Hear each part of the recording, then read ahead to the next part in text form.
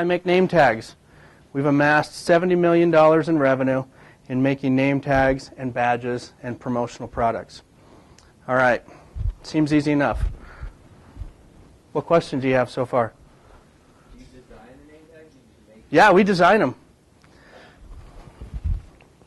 I'm giving you kind of a rundown version of it, and the reason why is because I believe that there's plenty of opportunity in every industry to carve out a niche.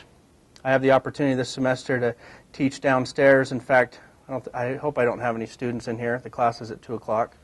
Any of my students in here? Okay, good. They're actually down there doing what's right. But I have an opportunity to teach venture capital due diligence, and it's been eye-opening because everybody that wants to become an entrepreneur, they think that you have to create this new niche market. And while that may be true in some regards, sometimes we can just improve upon what's existing. And sometimes the people that are entrepreneurs out there, I find that they all have something in common, and that is they just blast through certain barriers that nobody else is willing to blast through. So, that being said, I'm going to take a little bit different approach. One, because we're here at BYU. Two, I get to use some scriptures and some different things that have helped me in life. And I want to talk about some life principles more than talking about my story. But it ties in directly because I've learned these things along the way. And what I find is what sets entrepreneurs apart is that they're relentless, they don't give up, and they have a goal in mind. Now let me put a spiritual twist on it, if I can, because this is something that I believe strongly in. Let me run through this. You guys will agree with this along the way. Okay, I'm going to talk about the 4 hurdles to progress, because I believe that we actually have this great divine light inside of us. I think everybody agrees with that, right? We're all children of God. We all learn that at a very young age, and we preach that and we understand that. Okay, so therefore, if we all have this piece of deity inside of us, what's keeping us from actually taking it to the next level? What's keeping us from progressing?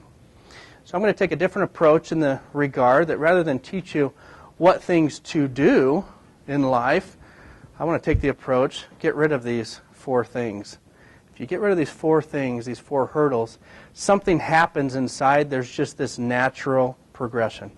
You have this drive and desire that if you can get rid of these things, then you can move forward. So I call these hurdles, obstacles, excuses, deterrents, lame sauces. I don't know. That's just one of my words that it's a nice way to tell people that's really just an excuse. Proverbs. It's been around for a few thousand years. Okay, time tested. The slothful man saith, there is a lion in the way, there is a lion in the streets. Why would it say that? Why would the slothful man say that? Well, you walk outside your house, you see a little kitty cat crossing the street, and what do you say? There's a lion in the way. There's a lion in the streets. Right? We have a tendency to make problems much larger than they really are. We also know that where there is no vision, people perish. So let me approach that a little bit. Here's what typically happens. We go through this cycle. We have a goal. We have what we consider a vision. We have a prompting. We have the potential. And usually it comes in the form like this. And our prophet's a great example of this. That this prompting comes, or this impression comes to your mind that says, you know, I really should. And then the prompting follows, right? Everybody's had that experience. You're sitting there pondering, you're sitting there thinking, you're maybe doing your scripture study, sitting there in church, sitting in this class, whatever it is. And the Spirit impresses upon your mind that says, you know, I really should do X, Y, or Z. So we look at it and say, great. Sounds like a great prompting. And so now I'm going to put that as my potential or my goal. That becomes my goal. That's how I take it to the next level. But then something happens where we have a choice. We can either move forward and be quick to obey and quick to observe and move forward 100 miles an hour and do it. Or we have a tendency to put it through this natural filter, right? And this filter usually ends up in 4 different categories. So we look at the problem and we think to ourselves, boy, this is really far. This is something that's really difficult to do. And we immediately begin to doubt. Okay? I appreciated Jeremy's prayer. I actually used him as the example for the stick figure right here. He did a great job being my model. Jeremy and I are in the same ward. So here you are at the bottom of your quest, and something happens along the way. You see these little dots right here? They're little tiny obstacles. They're little obstacles that Satan will put in your path, or that your previous experience may put in your path. And you look at these obstacles, and you have a choice. You can either barrel through the obstacle, or you can let it weigh you down. And some of them, they'll weigh you down for a week, some for a month, and some people I talk to, and they're still stuck on it for 10 years. It's the simple obstacle in the way. Why? Because they forget. They forget, wait a minute, if I had this prompting, then there should be a way to accomplish the thing that the Lord has commanded me to do. As we get farther and farther along our path, we find that some of these obstacles get a little bit bigger before we finally reach our full potential. So let me talk about 4 of these things. I want to categorize these 4 things, these obstacles that we end up running into. First one is fear. I think it's the most important one because when we get rid of the other 3, fear is the only thing that's left that's standing in the way of achieving our goal or the thing that we're supposed to do. Second one is blaming. Love that picture. Third one, complaining. That cell phone looks like it's about 8 years old. And justification. For example, this young lady is justifying wearing immodest clothing. No, I'm just kidding. Just want to throw that in there. So fear, what's the opposite of fear? Faith, right? Simple things. We talk about this all the time. If you're afraid of something or you have fear, what you've got to do is increase your faith. Something we teach. Well, what happens? We have this ingrained fear of failure that's inside of us. It prevents us from taking risks. Where does it come from? It's an inherited behavior. It's pressure.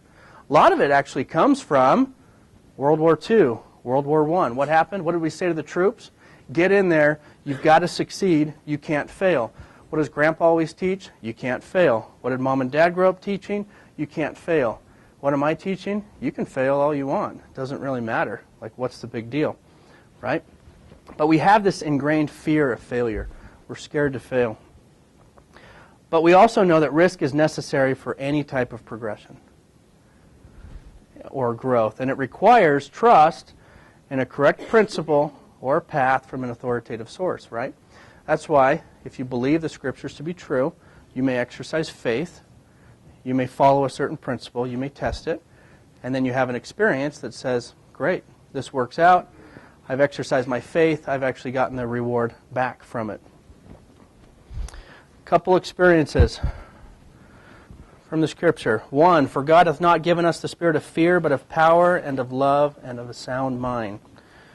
Simple enough, 2 Timothy 1:7. Doctrine and Covenants. This is what happened when Joseph Smith lost the 116 pages, right? He had a goal in mind, but then he decided to vary from it. Why?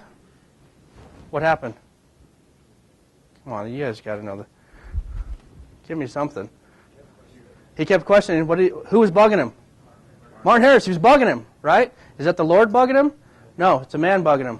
Pretty simple, right? So he gives him this counsel, and he says, behold, you have been entrusted with these things, but how strict were your commandments? In other words, you were given a prompting, you were given an assignment, you knew what was in your mind, what you were supposed to do, and your commandments were pretty strict along the way. And remember also the promises which were made to you, right? So you get that prompting in your mind, you think, wait a minute, I'm feeling I need to move forward with this. What are some of the blessings associated with it, right? And then you end up in daydream land. You think, wow, and then I could buy a house, and I could do this, and I could do this, okay? Those are some of those blessings that the Spirit will give us so that we can see what's going to happen, right? So Joseph Smith knew some of those blessings. So he says, remember also the promises which were made to you if you did not transgress them. And behold, how oft you have transgressed the commandments and the laws of God and have gone on in the persuasions of men. Right? So here's the prophet Joseph kind of getting in trouble a little bit because he had the assignment, He had the prompting. He knew what he was supposed to do. He ran it through that arm of the flesh, man filter, if you will. For behold, you should not have feared man more than God. Although men set at naught the counsels of God and despise his words, yet you should have been faithful. And here's a cool promise. When you follow these promptings, as you're deciding what to do in your life, and he, meaning the Lord, would have extended his arm and supported you against what? All the fiery darts of the adversary, and he would have been with you in every time of trouble. Make sense? So again, going back, we've got the goal in sight. We start heading toward the goal. Satan gets in the way. There's a little discouragement. We start running it through our man filter. I call it that. That's where we decide, hey, this is what I want to do with life. This is what I want to figure out with life. But then we start asking friends and neighbors. Start counseling with all these different people. Start reading all these self-help books. Start looking at everybody else's experience. And we forget that somewhere in there, the Lord's telling us exactly what we need to do, what works for our life. Okay, the fear of man bringeth a snare. It's pretty straightforward. But whoso putteth his trust in the Lord shall be safe. Make sense? So oftentimes, we have a tendency to confuse things. So along the way, a couple things happened. One, I was kind of being prayerful. I knew I had to go to law school. I had 3 weeks to go. And my wife and I were supposed to pack everything up. We started packing our apartment. And something just didn't sit right with me. Something just didn't feel right. And I sat there, I ran it through my man filter, if you will. I didn't know what it was at the time. I started asking everyone, and they said, what are you, nuts? And my family got together and had an intervention, right? I've never actually seen one in real life, but this was real. I always thought people were funny about it. My grandmother called, my aunt called, my parents called, everybody called and said, what are you doing? And I said, I don't know. I just feel like I should give this a shot. Like something inside of me is just telling me I've got to do this, right? And I was still young and understanding those promptings that were coming. But so I decided, you know what, I'm going to put off law school for 1 year. Seems simple enough, right? That was 11 years ago. I'm still putting it off every year. I joke with my wife. I actually have the acceptance letter in my office. I tell people, like, well, next year if things don't work out, I'll go to law school. That'll be something fun to do. But what I found was I was suddenly alone in my idea. I didn't have the friends that were entrepreneurs. I didn't have the mentors that I needed. Suddenly, I was the crazy one. And my wife kind of looked at me and said, whatever, I'll give you a year. That works. We were newlyweds. Didn't really matter. I mean, it didn't help that we were a couple months pregnant. She was a little nervous. Okay, common story. So, who do we trust in? We've got a couple people that we trust in. You see kids, right? They'll jump off a bunk bed if they see mom and dad there. No big deal. If they see a stranger, what do? They turn and run, typically. You trust your doctor. I see that all the time. Well, maybe we ought to get a second opinion. Nah, don't worry about it. Just cut me open. I'm sure you'll find something in there. Religious leaders. Wanted to add some diversity. It's fun to teach this at BYU because I realized, oh my gosh, modesty. I got the Pope in here. Like, we trust our hairstylist. Pretty simple. Those are little decisions that we just say, no big deal, and we trust. One of my favorite things to hear is when I jump on a plane and people always say, fly safe. There's another trust example. There's absolutely nothing I can do once I've jumped on the plane that isn't going to get me arrested, right? I just have to sit there and deal with it for however long the flight is and hope that the 23-year-old that just graduated on this little tiny plane is going to get me to my destination safely. So we have all these trusts, but we don't realize that we trust them because, well, everybody else does. Well, entrepreneurs, how many of them are out there? Gosh, we're less than 1%, which means what? It's going to be hard to find fellow entrepreneurs that you trust. What are you going to find instead? You're going to find everybody else that says, don't do it. You're crazy. So the opposite of fear is faith. The next one, blaming and accountability. To be accountable, we take 100% ownership of our responsibilities, including the results. When the results are less than favorable, we begin to blame others or circumstances. Fair enough. Started from the very beginning. What happened? Cain blamed God. For what? He said, well, I killed my brother because Thou didn't accept my offering.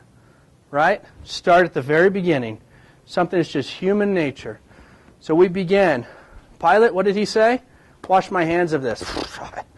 I blame the people. They're the ones that are doing it. Even though he had the authority, he blamed the people. What do we blame? We blame circumstances on others. We blame government, economy, banks, boss, professors, teammates, traffic, weather, bishop, home teaching companion, colleague, internet connection, computer. We find ourselves blaming everything. If you don't know what I'm talking about, go back to Thanksgiving dinner. What was everybody talking about? They were all blaming things on people, and you just don't realize it. You're sitting there saying, well, the reason why you didn't get the promotion, or the reason why you didn't get this, or the reason why you didn't get this. If you don't have anybody in your family like that, then you're probably the one that's doing the blaming at the dinner table. So there are plenty of people around us who agree with us, right?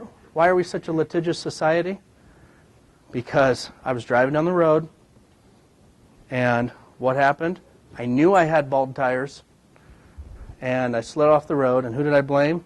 I blamed the city that didn't clear the roads well enough. I blame the car manufacturer because they didn't tell me to change the tires. What happens? I get a couple million out of it, lawsuits. Seems great, right? We're such a litigious society because we're scared. We're scared, and so we end up feeling so much better when we blame somebody else. Simple history. We find so much blaming in society that I hear this a lot at work. I'll say, hey, client called me personally. We messed up a $10,000 order. It's kind of a big deal. And they say, well, Bryan, here's what happened. First, it got put in the computer wrong. Then it got sent out to the warehouse wrong. Then it got put into production wrong. And then it got printed wrong. And then it got cut wrong and trimmed wrong. And then it got shipped wrong. So that's what happened. Who took the accountability on that one? Nobody. Not one person. Right? And so in our organization, we're sort of against the passive voice. Right? Because passive voice is sort of neutral. Right? We have this fear of disclosure. And so we teach, I want to know who did this wrong, because if I don't know who did this wrong, then I don't know when they did something right. Right? But we always know who did something right, correct? Why is it that sports figures can't blame anyone? Well, because you have 20 million people viewing, and they know exactly what happened because they saw instant replay. Fair enough? But in our own lives, we have a tendency to sort of hide behind that. Yeah, I don't know what happened, honey. I picked up your laptop and it got dropped somehow, and that's just what happened. Right? We just have that tendency to use the passive voice.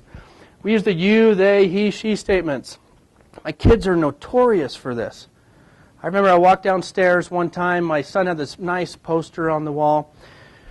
It was ripped off the wall. One corner of it was still there. My three kids were, they were probably 7, 5, and 4, the oldest 3.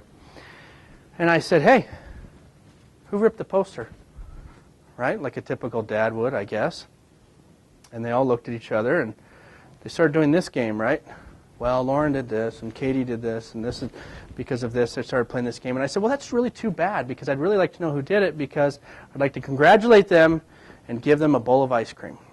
And my second child, my daughter Lauren, said, wait a minute, I get a bowl of ice cream for tearing down the poster? I said, yeah, that's what I'm offering. And she says, great, I did it. And my son, who I knew had done it, he's looking at it, he's like, Dad, she's lying. Like, this isn't fair. But all of a sudden, there was this idea of, gee, I can get the truth out because the reward is what?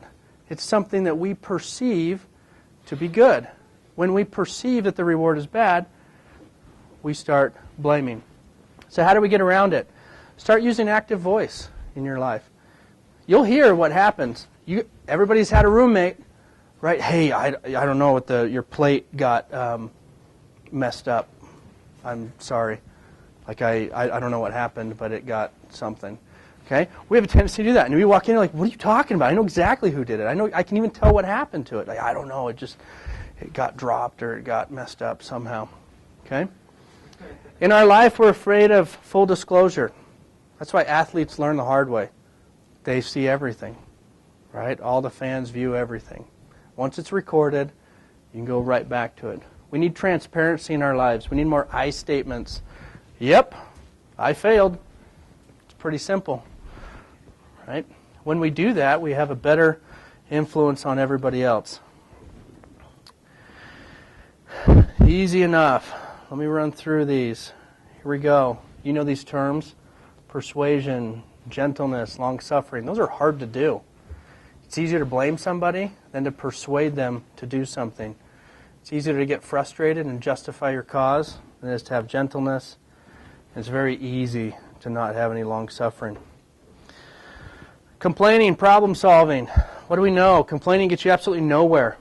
You can either be a consumer in life or you can be a producer. Seems pretty simple. Do we understand the difference between the two? Who are consumers? Those that consume something. What are they? Takers.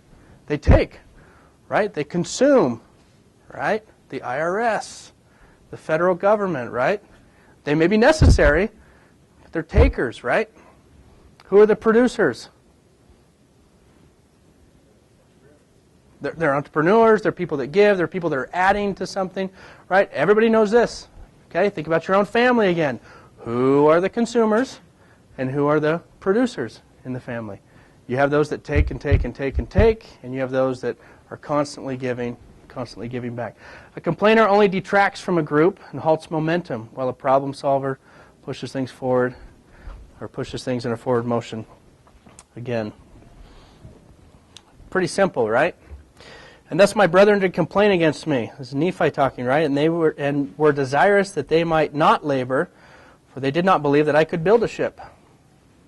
Neither would they believe that I was instructed of the Lord. I had a really similar experience, right? Hey, Mom, Dad, I have this great idea. I'm going to be a name tag maker, not an attorney. Okay? What did my parents say? They said, well, we're not going to help you. They didn't want to labor. They didn't want to really pitch in. They loved me to death. Right? And I know this is being recorded, and I'll probably send them a copy of it too. But they did not believe that I could be a name tag maker, or that I could be a lanyard maker, or that I could make badge holders, right? They thought, what are you doing? I'm like, I don't know. I'm just believing that I was instructed of the Lord for my own personal life. Here we go. Then you have your own spouse sometimes. For she had supposed, this is Lehi's wife, that we had perished in the wilderness, and she also had complained against my father, telling him that he was a visionary man. You're darn right he was a visionary man. It's exactly right. He picked up the vision, he understood the prompting, and he's like, you know what? We're going to move forward and go with it. And she says to him, behold, thou hast led us forth from the land of our inheritance, and my sons are no more, and we perish in the wilderness. And after this manner of language had my mother complained against my father. It's not an easy path. Right? That's why we talk about stand for truth and righteousness. You may stand alone. You may be by yourself. Leadership is lonely. You hear all these things. You know these things. Right? Well, what is it? Well, it's following these promptings, these impressions that you might have. Stop complaining. Okay, complaining versus expression. It's really simple. Expression is necessary for progress, but it has to be coupled with suggestion for action. Not a big deal to walk in and say, hey, guess what? The cover to the microphone is sitting here on the floor.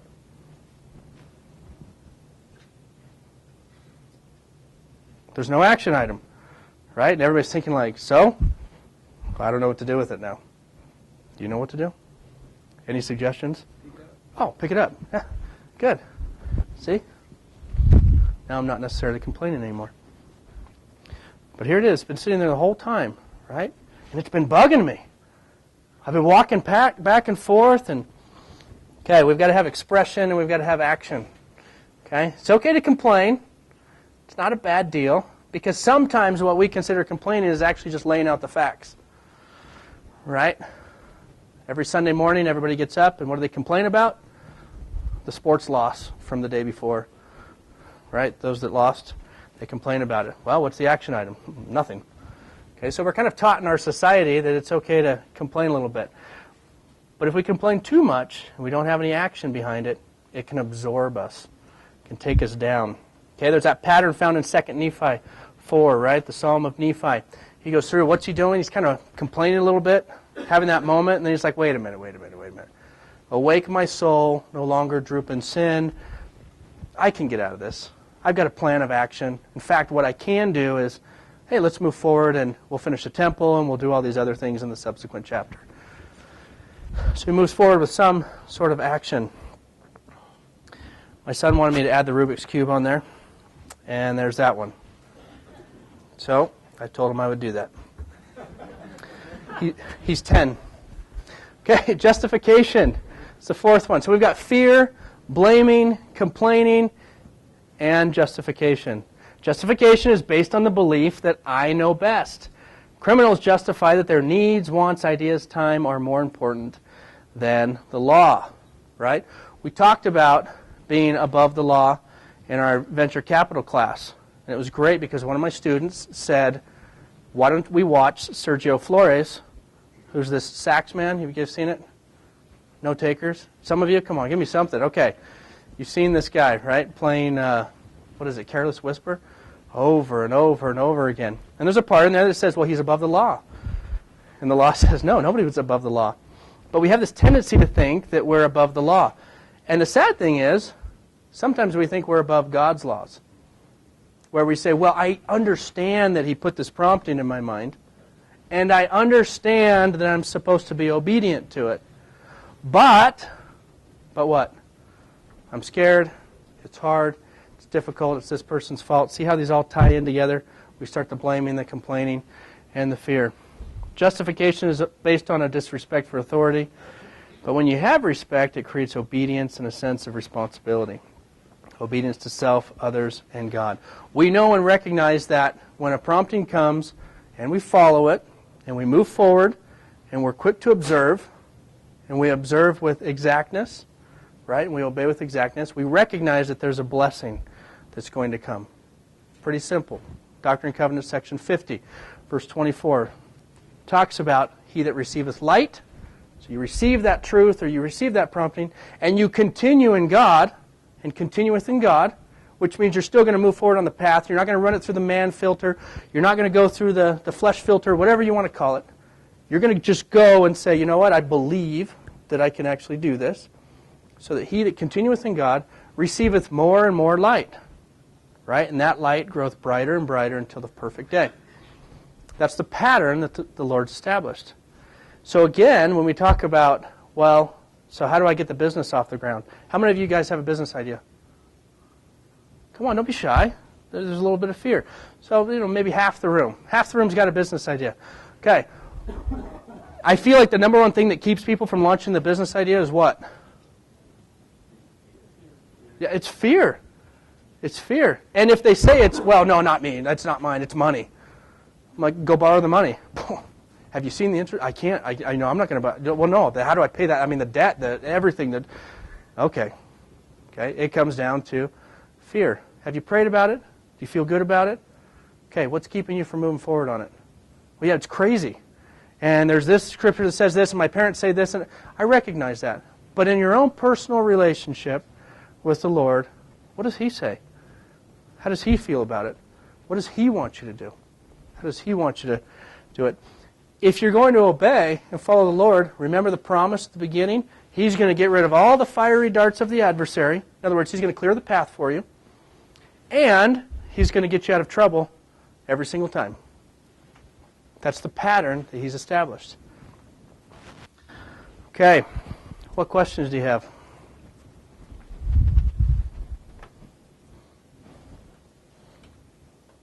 Oh, you guys are easy. Yes, sir. So how can you discern if it's a spirit or just a fun idea?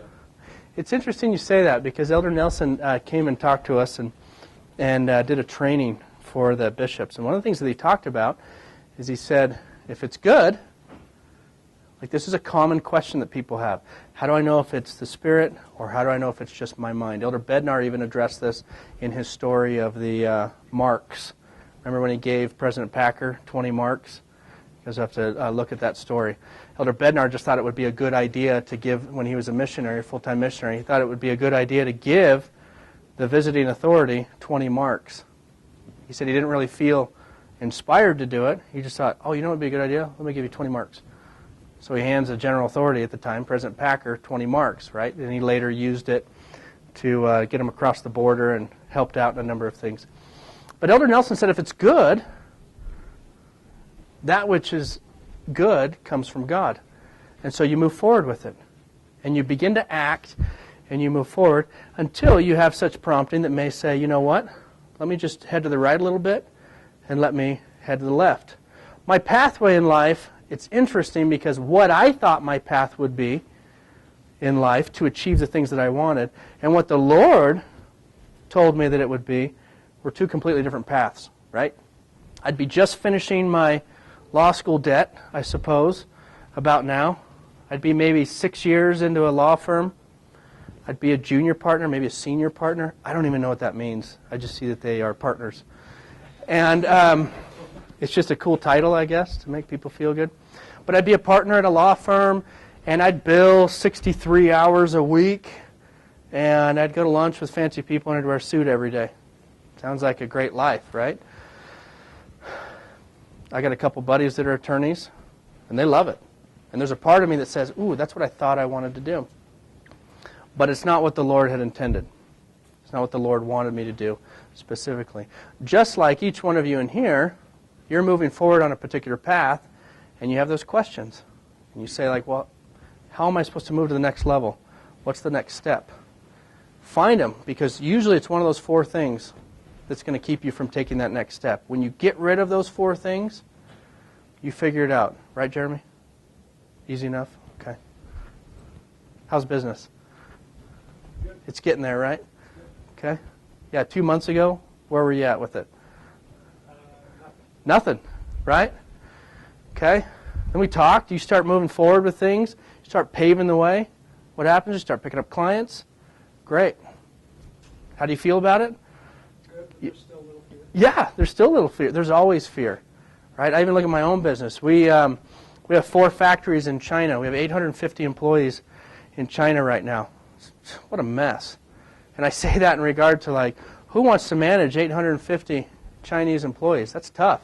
And then I think about the 700,000 employees that are making all the Apple products, and I can't even wrap my head around that at the 85 facilities that make all the iPads and iPods and all the Apple stuff. 700,000 people, 30,000 engineers that are working on Apple stuff. And I look at my tiny little problem, my 850 people over there, and I think, boy, this is easy stuff. Okay. Fire away. What else you got?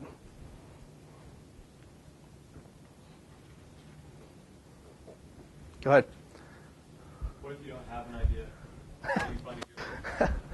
Well, what's the purpose of the idea? Maybe the Lord doesn't intend for you to have an idea. And I mean that in the sense that everybody says, well, Bryan, does that mean that God wants us all to be entrepreneurs? Not necessarily, but what does He want? He wants us all to be leaders, right? That's part of becoming a God, is developing leadership skills. And that can be done in various capacities. But again, I think that's a personal experience where you go through it and say, let me pray about it if I don't have an idea. But do you want to be an entrepreneur? Sure. Is that your desire? Great.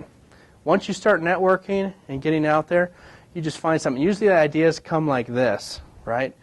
When they usually drop a word that may not be appropriate because something happened. Like they drop something, hit something, bang something, whatever, and the entrepreneurs and us step back and say, I think we ought to get a fix for that, right? Seems easy enough.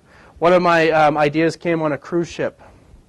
We're sitting there. I was laughing every day. I was making fun of the announcements every day where the cruise director would say something to the effect of, well, we lost 2 more people today on the tours because we tried to find them. They didn't get back to the boat on time, so they'll have to meet us at the next port, right? And that's something that they always tell you, right? You got to get off the next port. If you don't get back on the ship on time, you have to meet at the next port. So the idea came, wait a minute, we do lanyards. GPS is kind of cool. So let's develop an idea to put these lanyards on all these 73-year-old people that are hopping around. Because, I mean, when you think about it, from a tour guide standpoint, this tour guide takes 100 people, like a geriatric unit. They take 100 people, take them to the middle of Italy or Tunisia or wherever it was. We were actually on a European cruise, and I'm thinking like, wow, how do they not lose these people? because I would lose all these older people, right? So I thought, just put a lanyard on, put a little unit in there, and the tour guide says it's time to go. You hit the button, lanyard buzzes, beeps, no big deal, everybody comes back together. If you lost them, you hit another button, boom, you pull up the GPS, grab the local data, you see exactly where they are because they're staring at that crystal something in a store somewhere 9 blocks away. And they just lost track of time because we changed times on the boat. So then, my wife and I were joking about it, like we keep losing people, and I thought, well, let's fix it. Let's figure out an idea. So the next day I just went and said, like, now what would mitigate this? Like, how can we mitigate the risk? And then my wife says something like, you know what would be cool is I need to have your little tour guide thing for the kids because I can't find the kids right now. And I'm like, great. Throw some lanyards on some elementary school field trip kids. Let them run around the Bean Museum, hit a button. Okay, kids, when it buzzes, everybody comes back to the dinosaur, right? So we're in the process of that. That's not something 3 months ago or 6 months ago I had no clue about. I didn't even know it was an idea. I didn't even think about it. I just thought, whatever. And what are we going to do? We're going to fill a $5 or $6 million niche. Seems simple enough, but there's so much out there that can be done. There's so much out there that can be done with improvement. So if you don't have an idea, just look around, right? Like comedians get all their material from everyday life. Entrepreneurs get their answers, and they try and solve everyday life's problems, right? Anybody that's uncomfortable in these chairs, you might be thinking, like, these really aren't that comfortable. Like, how do you sit in a chair like this? Well, that's how new chairs are born. Because there may be people like this or that or the other. Make sense? Or talk to me. I got hundreds of ideas. I had one back here. Yeah. So how did you start out when all you had was this idea you wanted to make name tags? Yeah, so here, okay. You had no factory. Exactly. So what I did is I started out basically as a broker. I basically said, like, let me go into a company. I went into an engraving company. I said, look, I'll help your website get to the top 10 or whatever. And I just did all this research. I didn't really know much about SEO. I was reading every day, Lycos, Excite, Alta Vista, like some of these sites that are now dead and gone.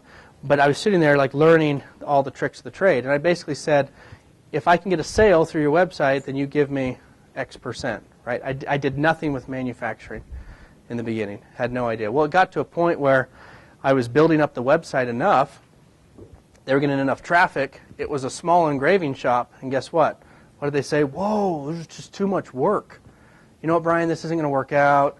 There's too much hassle, right? Too many orders coming in, right? And I look at that now and I think, wait, what do you mean too many orders coming in, right? And some people, they don't get it. They're like, you know what? I'm happy where I'm at. I'm happy with what I've dealt with right now. And so I took that concept and said, that's fine. So what I'm going to do is I'm going to start manufacturing it. And I can figure out a way to manufacture it faster because we have to. And my way of manufacturing faster was working till 2 o'clock in the morning. It wasn't necessarily faster, it's just that I didn't go home at 5 o'clock, right? And I remember there was one particular time we had our son who was 11 now. He was screaming for like, I don't know how long. I felt really bad about it. I still feel bad about it today because I was sitting there working, doing orders. I had my wife next to me. I'm like, we got to get this done. He kept crying, and I'm like, why, Lord? Why do I have to choose between my crying child and these things that I'm manufacturing? And you go through some of those processes, but then you kind of take it day by day and figure it out. I worked a lot of Saturdays, worked a lot of late nights. I just worked all the time, right? And then I realized, guess what? The Savior did the same thing. He's like, I work all the time, and my Father in heaven, He works too. So we just work all the time. Jerusalem closes. Let's head over to the Americas and see what's going on over there, right? You just keep working around the clock. Make sense? So that's what happened. You sort of follow that pattern. But what I didn't do is I didn't really get into credit card debt like some people. I don't consider myself that crazy. I was talking to Spencer a little bit. Like, I'm just a numbers guy. Like, this makes sense. If I can get X number of clicks through on the website and I can get X number of people, then I can handle X number of orders and I can farm out X number of work. And in the very beginning, I was only making 8%, 9% margins because I wasn't manufacturing anything. But I didn't care because on a $100 job, $9 was better than nothing at the time. And I thought, man, if I could just get 20 of these $9 jobs, wait a minute, and then I can get 20 of these $9 jobs in an hour, and all I'm doing is just feeding the orders through. And then I need to figure out how to feed the orders through faster, and then I need to figure out how to manufacture these.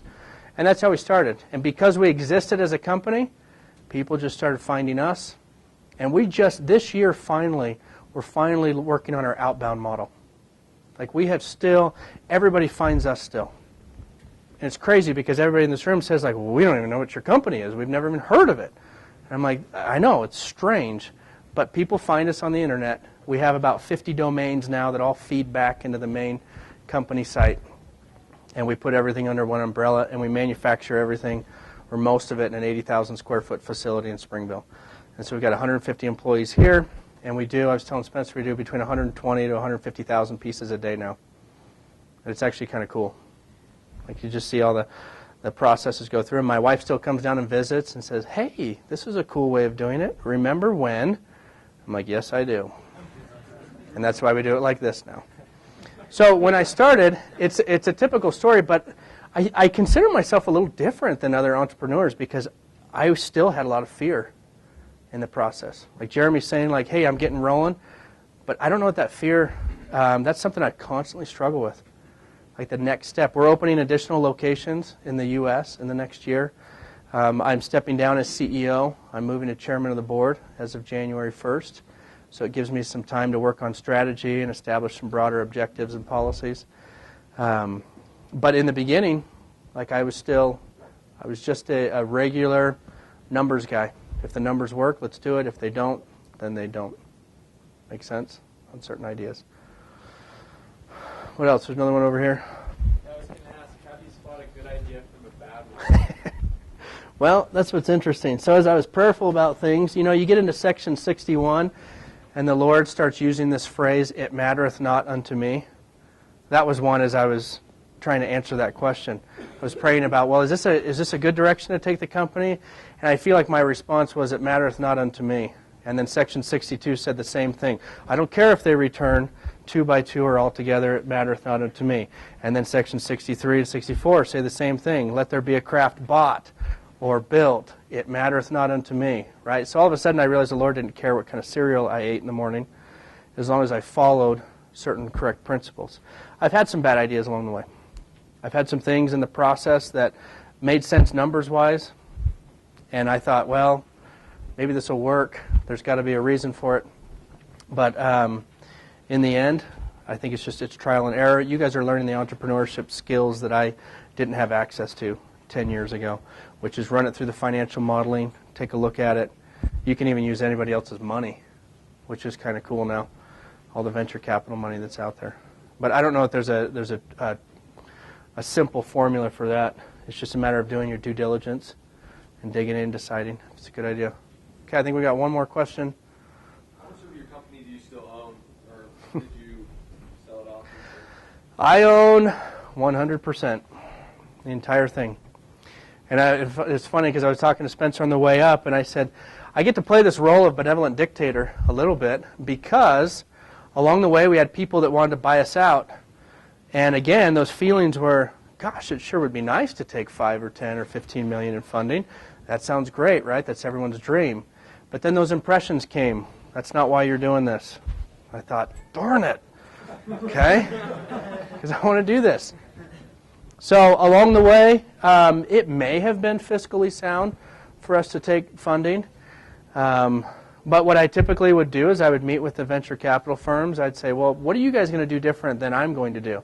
Because I've got this partner that I pray to every night, and he keeps sending me all of these things that I need to do. So my list is pretty big. What can you guys do? What can you offer on the table? And I'm not saying that VC firms can't do it. In fact, I started a venture capital firm 4 or 5 months ago to actually help do angel funding for a lot of different companies, to basically help them speed up the process. And I think VC money would have come in and helped us do things faster. That's really what it would have done. But we're at the point where we got through the angel phase, the seed money, the Series A, Series B. We're heading. I mean, we do about $20 million a year in revenue right now, and you know we're on target to take that to $50 million in 2013. And so we've kind of passed a tipping point in a sense. And I think the VC firm would have gotten us there in maybe 07 or 08. Okay.